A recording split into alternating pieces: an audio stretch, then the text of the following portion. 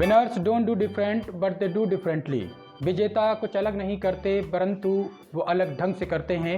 Welcome to my YouTube channel WiFi success classes. Guys, एक बार फिर मैं आपके साथ एक नए वीडियो लेक्चर के साथ। गाइस, आज के इस वीडियो लेक्चर में मैं आपको पढ़ाऊंगा ग्रामर से एक नेक्स्ट टॉपिक जो कि है use of begin to.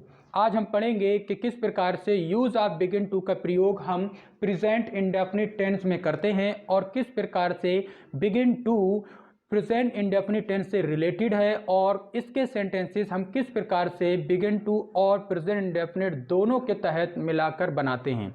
So guys, सबसे पहले हम देख लेते हैं बिगिन टू का प्रयोग कब किया जाता है।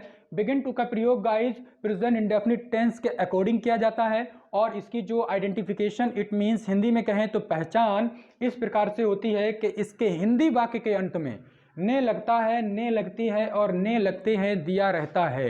इफ अगर आप इसको इंग्लिश में कहेंगे तो आप कहेंगे at the last of Hindi sentences the words ने लगता है, ने लगती है, ने लगते हैं दिए रहते हैं और अचानक किसी कार्य का होना पाया जाता है। जब किसी सेंटेंस में अचानक किसी कार्य का होना पाया जाए अथवा उस सेंटेंस के लास्ट में ने लगता है, ने लगती है और ने लगते हैं एटसेट्रा इत्यादि शब्द पाए जाएं तो ऐसे सेंटेंस को हम बिगिन टू से बनाते हैं। लेकिन सिर्फ बिगिन टू से जान लेना पर्याप्त नहीं है गाइस। कई सारे सेंटेंसेस बिगिन टू के साथ साथ हमें प्रेजेंट इंडेफिनिट के रूल्स को भी उन पर फॉलो करना पड़ता है क्योंकि एक्चुअल में ये जो बिगिन टू है वो प्रेजेंट इंडेफिनिट टेंस का ही पार्ट है। Let me tell you how, बताते हैं आपको कैसे। ये देखिएगा आप, ता है, ती है और ते हैं जो कि प्रेजेंट इंडेफिनिट की पहचान है, आइडेंटिफिकेशन है। क्योंकि प्रेजेंट इंडेफिनिट में बिगिन टू का प्रयोग किया गया है इसलिए ने लगता है, ने लगती है, ने लगते हैं के लिए या फिर किसी वाक्य में अचानक किसी कार्य के प्रारंभ हो जाने के कारण हम बिगिन टू का प्रयोग करते हैं बट प्रेजेंट इंडेफिनिट के रूल्स के अनुसार। तो चलिए आगे देखते हैं कि इसका बिगिन टू को सेंटेंस को बनाने का जो स्ट्रक्चर है, जो रूल है वो क्या है। गाइस, सबसे पहले आपको सब्जेक्ट का यूज करना है। उसके बाद अगर उसका सब्जेक्ट प्लूरल है, बहुवचन है, तो आपको बिगिन टू का यूज करना है। जबकि अगर उसका ये सब्जेक्ट सिंगुलर है यानी कि एक वचन है तो आपको बिगिन्स टू का प्रयोग करना है। तो गाइस, यहां पर आपको नोट करना है कि बिगिन टू और बिगिन्स टू दो साथ साथ पॉइंट आपको नोट करने हैं और समझने हैं। बिगिन टू भी और बिगिन्स टू भी। बिगिन टू प्लूरल के लिए, जब प्लूरल हो तो आपका बिगिन टू और जब सिंगुलर हो तो आपको लगाना होगा बिगिन्स टू और उसके बाद आपको सदैव वर्ब की फर्स्ट फॉर्म का प्रयोग करना होता है। गाइस, वन मोर इंफॉर्मेशन इस देश के एक और जानकारी मैं आपको बता दूं, जिस किसी भी यूज में टू का यूज किया जाता है तो टू एक इन्फिनिटिव बनाती है इसलिए उसके साथ सदैव वर्ब की फर्स्ट फॉर्म का ही प्रयोग किया जाता है। सो to always follow the first form of the verb, never ever in your life forget this rule of the grammar। so उसके बाद आपको लगाना है ऑब्जेक्ट और देन आप लगाएंगे जो भी शेष इत्यादि शब्द हैं जिनको एटसेट्रा कहते हैं उनका प्रयोग करेंगे। गाइस, इसके अलावा नोट में आप देखिए आपको समझाया गया है कि निगेटिव सेंटेंस, जब कोई सेंटेंस नेगेटिव हो, नेगेटिव के अलावा जब सेंटेंस कोई इंटेरोगेटिव हो, यदि कोई सेंटेंस नेगेटिव होता है या फिर इंटेरोगेटिव होता है तो नेगेटिव और इंटेरोगेटिव सेंटेंस होने पर उस सेंटेंस में हेल्पिंग वर्ब की आवश्यकता पड़ती है और आपको हेल्पिंग वर्ब जो है वो चूंकि प्रेजेंट इंडेफिनिट टेंस के नियमानुसार बिगिन टू का प्रयोग किया जाता है बिगिन टू के यूज में, तो इसलिए आपको हेल्पिंग वर्ब डू और डज का प्रयोग करना है। Do for plural and does for singular का प्रयोग करना है और इसमें सारे रूल रेगुलेशंस डू डज के सहित प्रेजेंट इंडेफिनिट टेंस के आपको यूज करने हैं। इसलिए यहां पर लिखा है कि निगेटिव एंड इंटेरोगेटिव सेंटेंसेस में जब सेंटेंस नेगेटिव होता है या फिर इंटेरोगेटिव होता है तो उसमें हेल्पिंग वर्ब डू डज का प्रयोग प्रेजेंट इंडेफिनिट टेंस के नियम के अनुसार किया जाता है।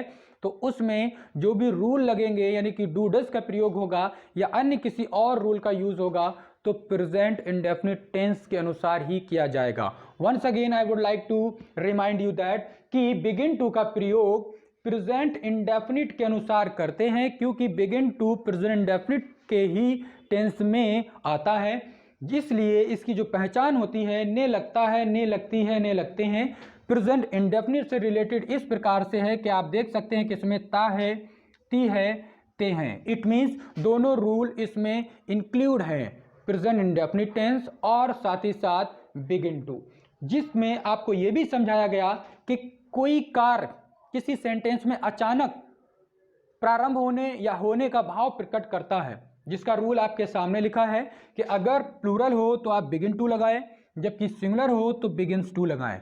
और साथ ही साथ अगर सेंटेंस नेगेटिव सेंटेंस हो, इंटेरोगेटिव सेंटेंस हो, तो आपको हेल्पिंग वर्ब डू डज का भी प्रयोग करना पड़ेगा और प्रेजेंट इंडेफिनिट टेंस के अकॉर्डिंग। इस रूल को जो कि मैंने आपको समझाया को पूरी तरीके से क्लियर करने के लिए मैंने यहाँ पर दो एग्जाम्पल्स लिखे हुए हैं। एग्जाम्पल्स हम करेंगे जिसमें दो एग्जाम्पल्स लिखे हैं। पहला है छात्र कक्षा में शोर मचाने लगते हैं एंड सेकंड वन इज बच्चा मुझे देखकर रोने लगता है। गाइस अगर आप नोट करेंगे तो ये जो पहला एग्जाम्पल है ये प्लूरल का है, प्लूरल, और जबकि ये जो दूसरा एग्जाम्पल है ये सिंगुलर का है। तो गाइस सिंगुलर का सेंटेंस हम कैसे बनाते हैं और प्लूरल का कैसे बनाते हैं, late me tell you.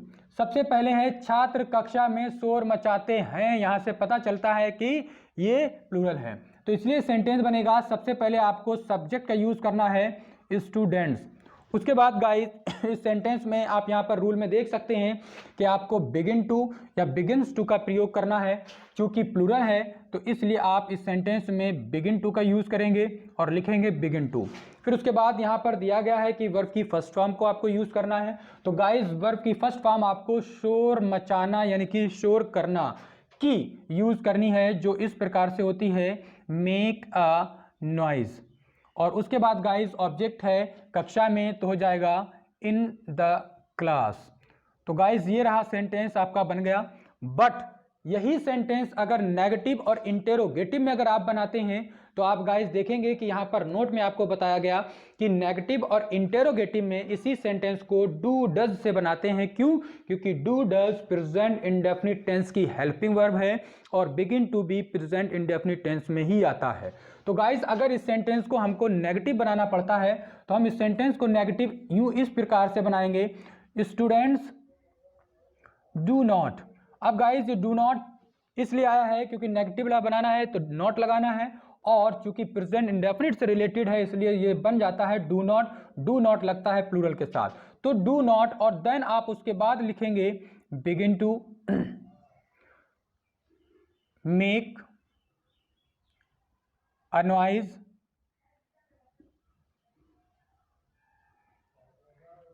In the class. अगर गाइज यही सेंटेंस आप इंटेरोगेटिव में बनाना चाहें तो इंटेरोगेटिव में बनाने के लिए आपको हेल्पिंग वर्ब आगे लानी होती है, यूं इस तरह से do students begin to make a noise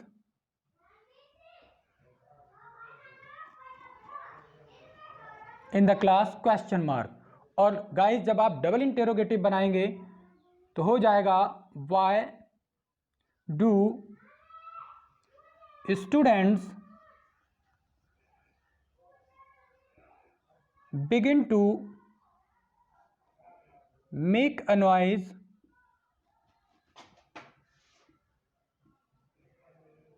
in the class.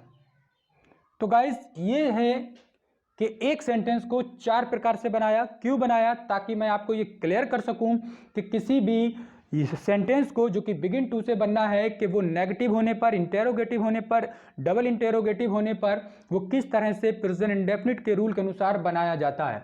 तो गाइस इस सेंटेंस का अर्थ है students begin to make a noise in the class, छात्र कक्षा में शोर मचाने लगते हैं।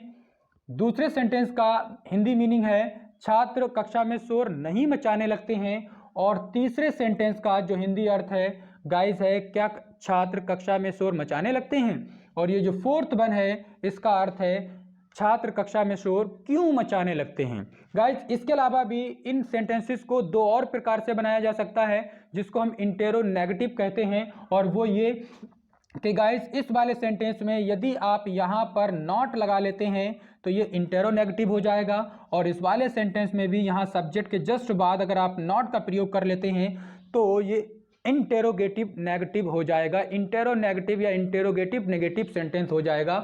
और इस प्रकार से इन सेंटेंसेस को हम 6 टाइप्स में कन्वर्ट कर सकते हैं, जिसका गाइस अर्थ होगा क्या छात्र कक्षा में शोर नहीं मचाने लगते हैं। और जब आप एक और बनाकर तैयार करेंगे तो होगा छात्र कक्षा में शोर क्यों नहीं मचाने लगते हैं। तो गाइज आपने देखा कि किस प्रकार से एक सेंटेंस को जो कि बिगिन टू से बनना था प्रेजेंट इंडेफिनिट में होने के कारण वो कितने प्रकार से बन गया, 6 प्रकार से। सो गाइज अब हम चलते हैं नेक्स्ट एग्जाम्पल की ओर। नेक्स्ट एग्जाम्पल है बच्चा मुझे देखकर रोने लगता है। ये सिंगुलर है। अब सिंगुलर में गाइस सिंगुलर के रूल लगाने हैं और सिंगुलर के लिए गाइस यहाँ पर डज दिया हुआ है क्योंकि प्लूरल के लिए था डू, तो इसलिए हमने यहाँ पर हेल्पिंग वर्ब डू लगाई।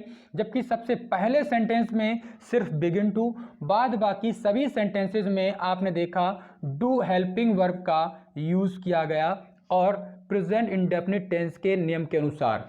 तो अब हम ये सिंगुलर वाला भी बनाते हैं इसी प्रकार से 6 प्रकार से हम सेंटेंस को बनाकर देखते हैं। तो गाइस बनाएंगे बच्चा मुझे देखकर। तो गाइस सबसे पहले यहां पर देखें कुछ अलग से चीज इसमें दी हुई है और वो ये है कि मुझे देखकर, ये गाइस प्रेजेंट पार्टिसिपल है। इस इतने पार्ट को आपको आगे बनाना है और मुझे देखकर इसकी अंग्रेजी हो जाएगी सीइंग मी। ये गाइस प्रेजेंट पार्टिसिपल है। मैं प्रेजेंट पार्टिसिपल पर ऑलरेडी एक वीडियो अपलोड कर चुका हूं, यदि आपने ना देखा हो तो प्लेलिस्ट में जाएं और प्लेलिस्ट में जाकर प्रेजेंट पार्टिसिपल, पास्ट पार्टिसिपल और परफेक्ट पार्टिसिपल जिनके ऊपर मैं वीडियो बना चुका हूं उन वीडियोस को आप देखें और इस रूल को कंफर्म करें। फिलहाल गाइस मुझे देखकर इसको आगे लिखा जाएगा और ये होगा सीइंग मी और से सेंटेंस वही रूल जो अभी आपने यूज किया, बच्चा रोने लगता है। तो हो जाएगा गाइस द चाइल्ड और सिंगुलर होने के कारण गाइस लगेगा बिगिंस टू। यहां पर आपको बताया गया प्लूरल के लिए बिगिन टू और सिंगुलर के लिए बिगिंस टू। तो बिगिंस टू वीप। अब गाइस इस सेंटेंस को जब हम नेगेटिव में बनाएंगे तो नेगेटिव में बनाने पर ये गाइस सेंटेंस बनेगा seeing me comma the child does not. क्योंकि गाइस सिंगुलर है तो सिंगुलर में डज नॉट लगाने को आपको बताया गया कि डज नॉट और बिगिन टू। अब गाइस यहां पे नोट करना है, नोट ये करना है कि यहां पर लगाया गया था बिगिंस टू, बट डज लग जाने के कारण अब ये बिगिंस में से एस हटाना पड़ेगा और रहेगा बिगिन टू और उसके बाद वीप। तो गाइस अगर आप इस सेंटेंस को इंटेरोगेटिव बनाना चाहते हैं तो इंटेरोगेटिव बनाने के लिए आपको क्या करना पड़ेगा, ये सेंटेंस बनेगा seeing me does the child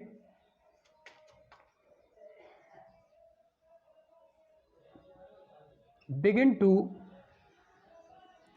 weep.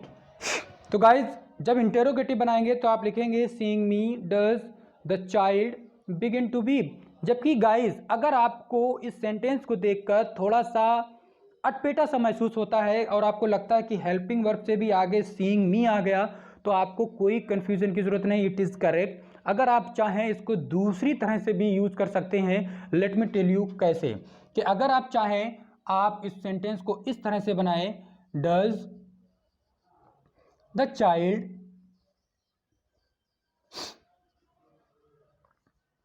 Begin to weep. और गाइस ये जो सीइंग मी है इसको अगर आप पीछे लिखते हैं तो आपको आफ्टर के साथ लिखना पड़ेगा। Point to be noted, point इस बात को नोट कर लें कि सीइंग मी इसको आगे लिखते हैं मुझे देखकर, तो ठीक है, अगर आप आगे नहीं लिखते, इसको आप किसी कारणवश पीछे लिखते हैं, जैसे कि इंटेरोगेटिव के रूल्स में आपको डिस्टरबेंस ना हो इसलिए, तो याद रहे इसको पीछे ले जाने पर आपको आफ्टर के साथ लिखना पड़ेगा और तब आप लिखेंगे इसको आफ्टर सीइंग मी। तो गाइस ये सेंटेंस ऐसे भी करेक्ट है। तो जब भी हम इस रूल के अकॉर्डिंग हम इसको पीछे ले जाते हैं तो आफ्टर के साथ लिखते हैं। तो जब आप इसको डबल इंटेरोगेटिव बनाएंगे तो डबल इंटेरोगेटिव में भी आप इस रूल को यूज कर सकते हैं और हो जाएगा why does child begin to weep after seeing me. तो गाइस ये 4 प्रकार से सेंटेंस बन गए। अगर अभी आप चाहें इन सेंटेंसेस को 2 प्रकार से और बना सकते हैं, वो यूं कि इसमें दिए गए सब्जेक्ट चाइल्ड के बाद आप अगर नॉट लगा लेते हैं तो ये 2 अधिक और सेंटेंस बन जाएंगे। तो guys let me tell you the Hindi meaning of all these sentences. इन सभी सेंटेंसेस के मैं आपको हिंदी मीनिंग बताता हूं। सबसे पहले का तो आपके सामने लिखा है, बच्चा मुझे देखकर रोने लगता है। बच्चा मुझे देखकर नहीं रोने लगता है। क्या बच्चा मुझे देखकर रोने लगता है? बच्चा मुझे देखकर क्यों रोने लगता है? यदि आप 2 और बनाते हैं नॉट लगाकर, क्या बच्चा मुझे देखकर नहीं रोने लगता है? बच्चा मुझे देखकर क्यों नहीं रोने लगता है? तो गाइस ये थे आज का यूज जिसमें आपने बिगिन टू का प्रयोग करना सीखा। और एक बार मैं आपको फिर याद दिला दूं कि बिगिन टू का प्रयोग प्रेजेंट इंडेफिनिट टेंस के अकॉर्डिंग किया जाता है और begin two plus present indefinite दोनों के ही रूल्स एक साथ यूज किए जाते हैं, जो कि आपके सामने मैंने यहाँ पर लिख रखा है। कंफ्यूजन ना हो इसलिए आप वीडियो को 1 से अधिक बार देख सकते हैं और साथ ही साथ इनका स्क्रीनशॉट लेकर अपनी कॉपी पे नोट कर सकते हैं। आपको इसका ही नहीं बल्कि आपको इसका भी स्क्रीनशॉट ले लेना है। So guys I hope so कि आपको हमारा ये वीडियो पसंद आया होगा। छोटे से वीडियो में आपको बिगिन टू की मैंने पूरी नॉलेज दी है, बट गाइस अभी बिगिन टू का 2nd पार्ट और 3rd पार्ट बाकी है, क्योंकि बिगिन टू का प्रयोग आपने प्रेजेंट इंडेफिनिट में पढ़ा है। अब अगले वीडियो में आप पढ़ेंगे पार्ट 2 में बिगिन टू का प्रयोग पास्ट इंडेफिनिट टेंस में और उसके बाद फ्यूचर इंडेफिनिट टेंस में। तो गाइस आई होप सो कि वीडियो पसंद आई होगी। अगर हमारे आप इस चैनल पे नए हों तो प्लीज़ सब्सक्राइब करें हमारे चैनल को और बेल आइकन को प्रेस करना बिल्कुल भी ना भूलें। लाइक करें, शेयर करें और हाँ कमेंट्स करना बिल्कुल भी ना भूलें। All the best.